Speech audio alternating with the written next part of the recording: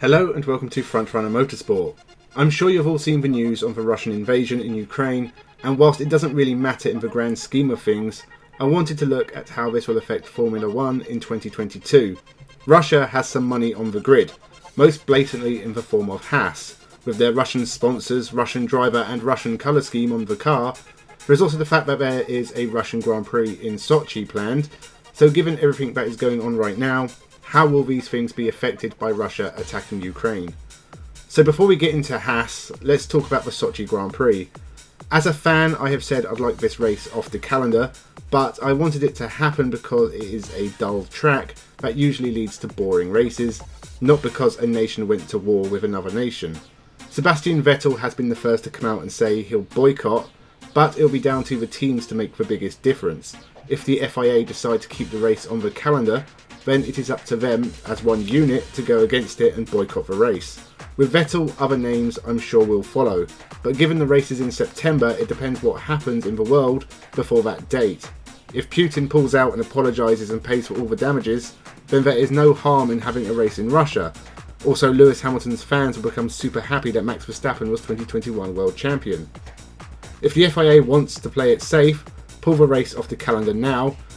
Depending on the world situation, replace it with a Balkan Grand Prix. The FIA are in a difficult position because Formula 1 has become a politically responsive space and now needs to respond to every political situation that may in some way affect it. That's not necessarily a bad thing. If a race in Russia shouldn't happen, it shouldn't happen. But now Sebastian Vettel has spoken out against it, it'll be interesting to see who else comes out and says they'll boycott. Lewis Hamilton will be soon to follow, and as he brings 50 million social media followers with him, that will force the FIA to take notice and do something. Now on to Haas, who unfortunately decided to paint their car in Russian colours, accept money from a Russian sponsor, and hire a Russian driver. Ural Kali is run by Nikita Mazepin's father, Dmitry Mazepin, who along with company chairman Sergei Chemezov are close allies of Vladimir Putin. That puts Haas in a difficult political situation. They have already decided to remove the Ural Kali sponsor name and Russian flag colours from their car for the rest of the Barcelona test, but it's unclear what will happen going forward beyond the Bahrain test and even into the first Bahrain race. They should paint the car in Ukrainian colours, but if Ural Kali stay on as sponsors, they may not be too happy about that.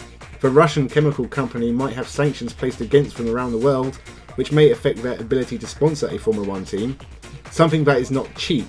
But in the complicated corporate world of contracts and money, I don't know how possible it is for Haas to ditch them and replace them before season starts. This also represents a problem for Nikita Mazepin. He is the definition of a paid driver. He is not good enough to be on the Formula 1 grid on merit alone. He is there because his father and Ural Kali are paying for his race seat. On principle, I would say he shouldn't be replaced just because Russia invaded Ukraine. It's not his fault and he hasn't defended it. Although, when he does open his mouth, bad stuff tends to come out.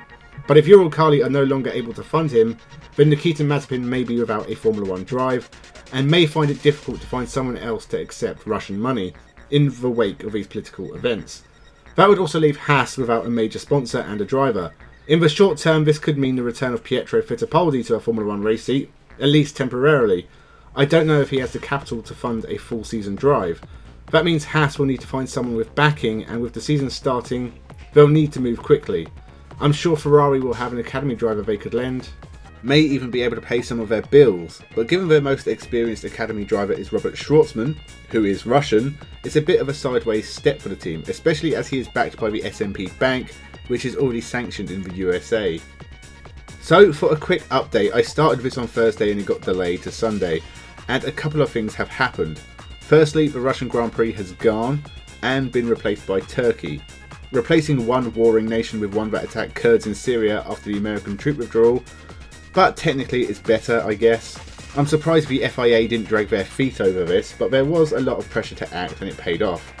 Nikita Mazepin did release a statement. I don't think he'll get too much sympathy, but Haas have said they'll wait till next week to make decisions regarding sponsors and drivers, and apparently they do have options, so I'll keep an eye out on that and keep you posted. They haven't got a lot of time until the season starts. It is a difficult situation for everyone involved, and not something anyone wanted to happen, except Putin, I guess. Honestly, it is meaningless simply to look at this war from the perspective of motorsport. It doesn't really matter to anyone on ground level, But as a motorsport channel, I wanted to look at it from a motorsport perspective and ask some questions, as honestly, I don't really have any answers. It was right to get rid of the Russian Grand Prix, that I have no doubts about, but should Uralkali even be allowed to sponsor in Formula 1? Can Haas be given an opportunity to replace them and the money they bring? And what situation does that leave Nikita Mazepin in? There are a lot of difficult questions for the sport to answer. Leave your thoughts in the comments below. Remember to subscribe, leave a like and tell your friends. Thank you for watching and have a good one.